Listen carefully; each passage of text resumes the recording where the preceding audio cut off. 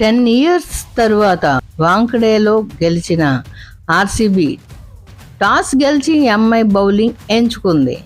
RCB బ్యాటింగ్లో Phil Salt 78 runs, Rajat Patidar 53 runs, Virat Kohli 50 runs చేసింది. 20 ఓవర్స్కి 4 వికెట్స్ నష్టంకి 240 రన్స్ చేసిన ఆర్సీబీ ఎంఐ టార్గెట్ 241 రన్స్ కోసం చేజింగ్ మొదలుపెట్టిన Rutherford 71 runs, Hardik Pandya 40 runs, Suryakumar 33 runs చేసిన వారి భారీ లక్ష్యాన్ని చేరలేక 20 ఓవర్స్కి 5 వికెట్స్ నష్టంతో కేవలం 222 పరుగులే సాధించి విఫలం అయ్యారు.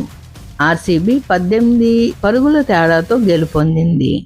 ఆర్సీబీ పాయింట్స్తో పటిష్టమైన స్థానం ఏర్పరచుకుంది. ఎంఐకి మాత్రం 3వసారి ఓటమి చవిచూసింది. మీకు ఈ ఛానల్ నచ్చినట్లయితే ఐపీఎల్ హైప్ తెలుగు ఛానల్ని లైక్ చేసి, షేర్ చేసి, సబ్స్క్రైబ్ చేసుకోండి. మరిన్ని మంచి వీడియోస్తో మీ ముందుకు